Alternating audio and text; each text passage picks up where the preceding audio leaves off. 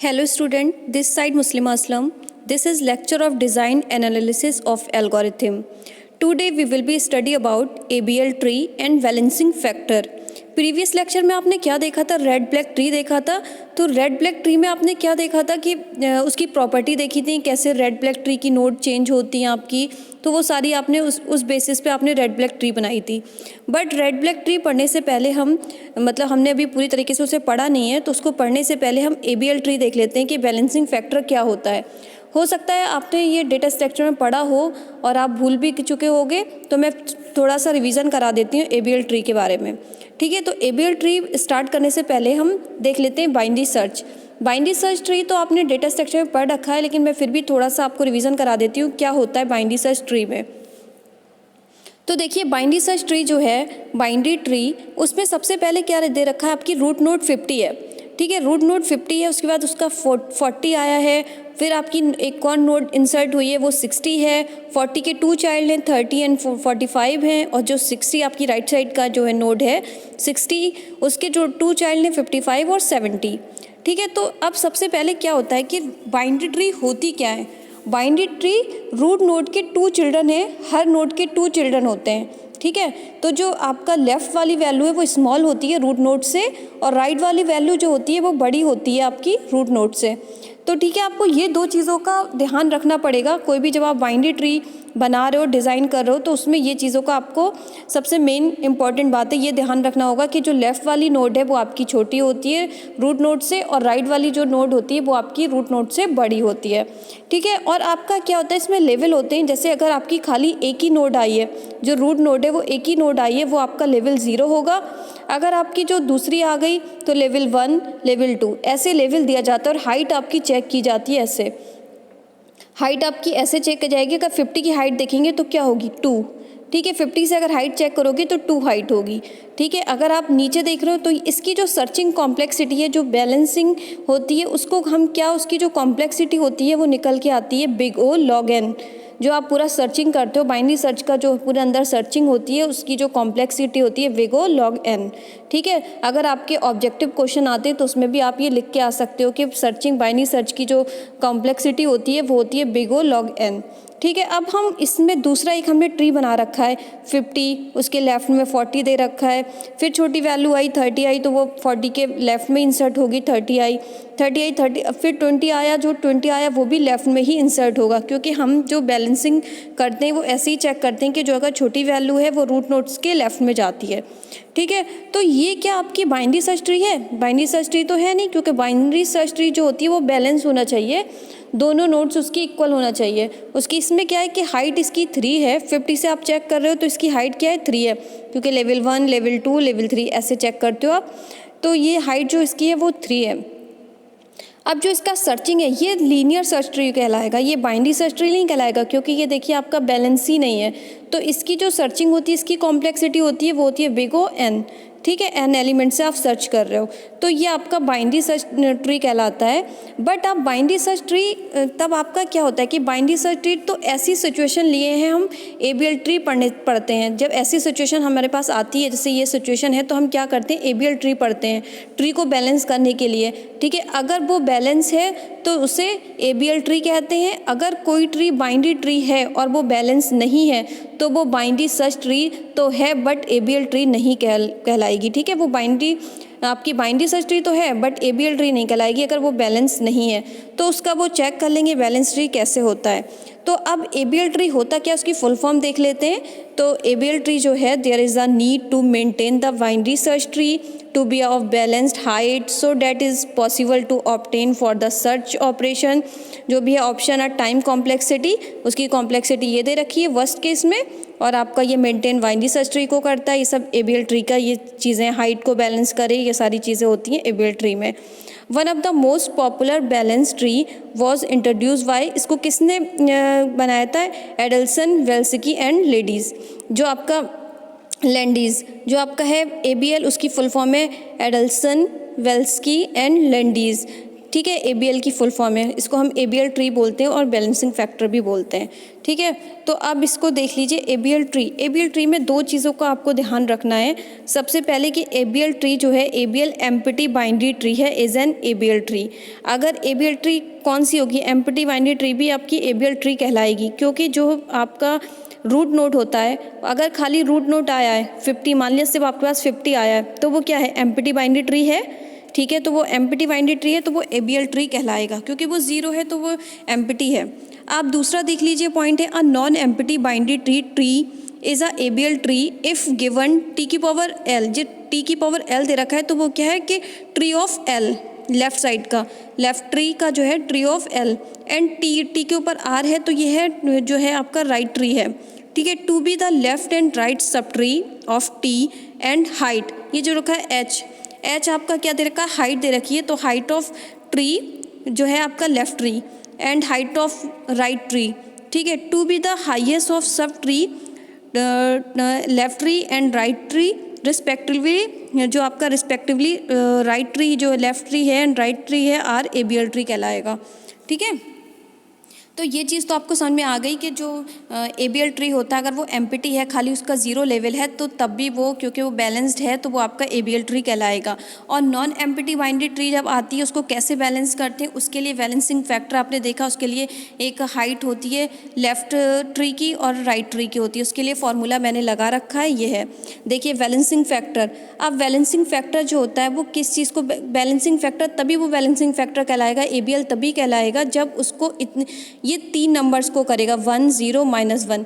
अगर ये बैलेंस होके 1 आ रहा है या 0 आ रहा है या -1 आ रहा है, तभी वो आपका बैलेंसिंग फैक्टर कहलाएगा।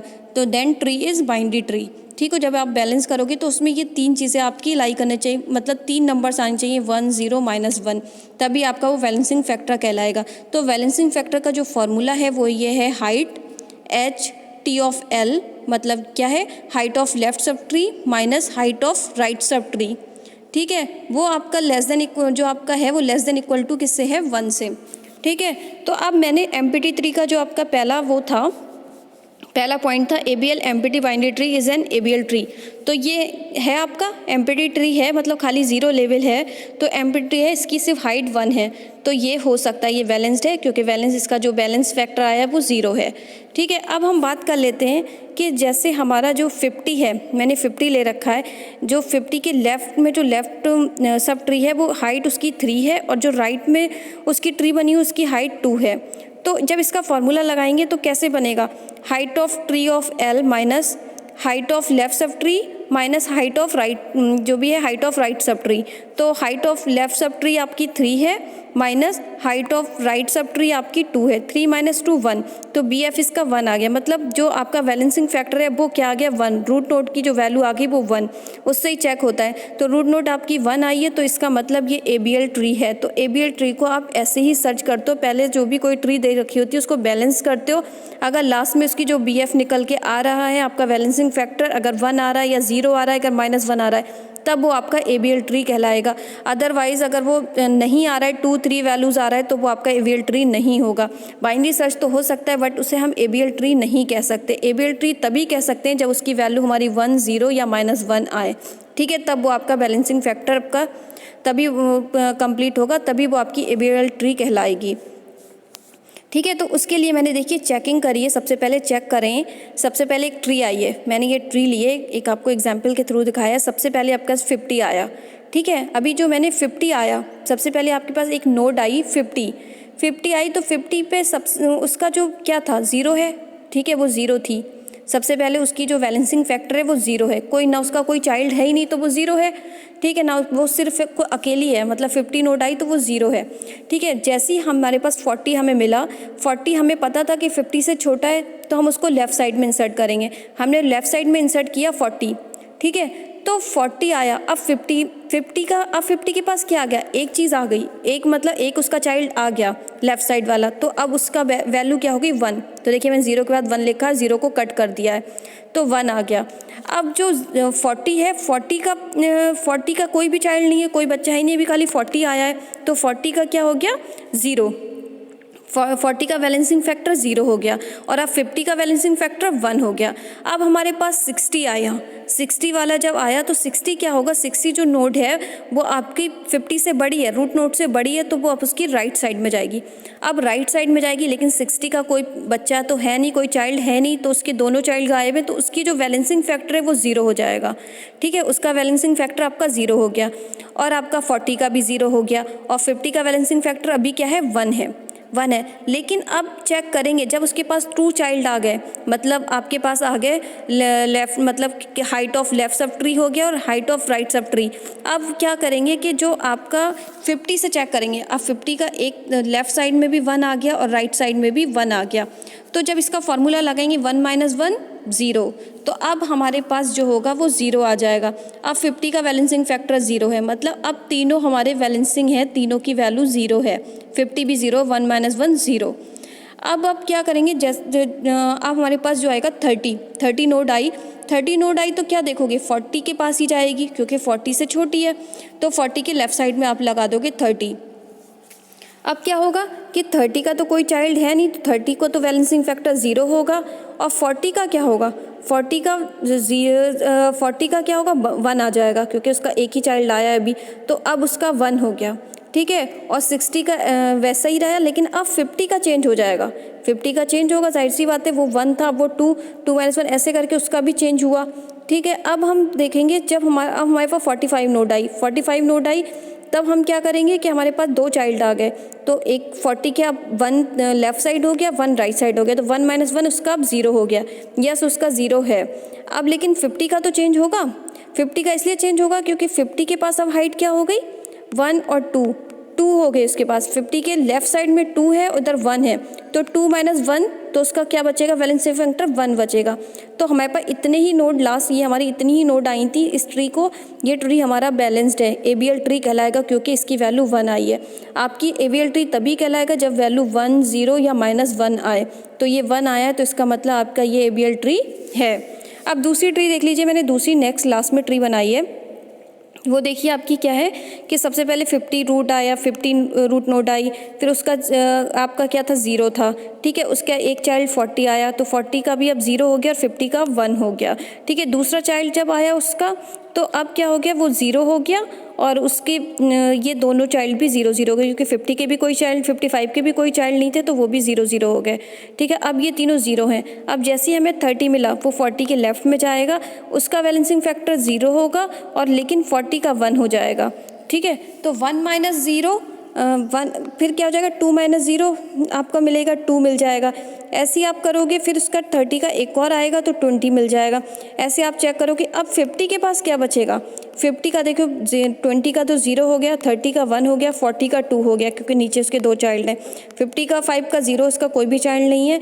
50 के अब कितने होंगे, 50 के देखिए 1 2 3, 50 के 3 चाइल्ड हो गए नीचे और 3 लेफ्ट साइड में हो गए और राइट साइड में उसका एक ही 1 है, तो 3 - 1 2, तो उसका जो बैलेंसिंग फैक्टर 2 आएगा। तो अब ये हमारे पास इतना ही ट्री थी, मतलब कोई भी नोड हमारी नहीं आके इंसर्ट हुई, इतनी ही नोड थी। तो अब हमारे जो 2 आया है वो बैलेंसिंग फैक्टर 2 है। तो जब 2 आया है बैलेंसिंग फैक्टर, तो ये हमारा बैलेंसिंग फैक्टर तो होता नहीं है 2 बैलेंसिंग फैक्टर कितना लाई करता है, 1 - 0 और 0 और -1। ठीक है, तो 2 आपका बैलेंसिंग फैक्टर नहीं है, तो ये ABL ट्री नहीं है। ठीक है, ABL ट्री तभी कहलाएगा जब आपकी वैल्यू 0 1 और -1 आएंगी। आई होप आपको ये ABL ट्री समझ में आ गया होगा। ठीक है, कि ABL ट्री क्या होता है, बैलेंसिंग फैक्टर क्या होता है। बैलेंसिंग फैक्टर का फॉर्मूला ये होता है, height of left tree minus height of right tree जो होता है वो लेस देन इक्वल टू होता है 1 के। ठीक है, उसकी वैल्यू जो होनी चाहिए वो क्या लाई करनी चाहिए, 1 0 -1। बैलेंसिंग फैक्टर जो होता है is 1 0 -1, then tree is binary tree. ठीक है, तभी वो आपका बाइनरी ट्री कहलाएगा जब वो ABL ट्री होगा। ठीक है, अब इन दोनों का मैंने इसका भी आप चेक करके निकाल सकते हो। मैंने लास्ट की वैल्यूज़ रख दी हैं कि क्या वैल्यू निकल के आई है, तो इसमें ये कौन सा ABL ट्री है कौन सा नहीं है, मैंने इसके लिए 2 एग्जाम्पल दे रखे हैं। अब नेक्स्ट लेक्चर में हम बात करेंगे रोटेशन की। आई होप आपको ABL ट्री अच्छे से समझ आ गया होगा। नेक्स्ट लेक्चर में हम रोटेशन देखेंगे, रोटेशन कैसे करते हैं वैल्यूज़ का। ठीक है, आज के लिए इतना ही। Thank you student.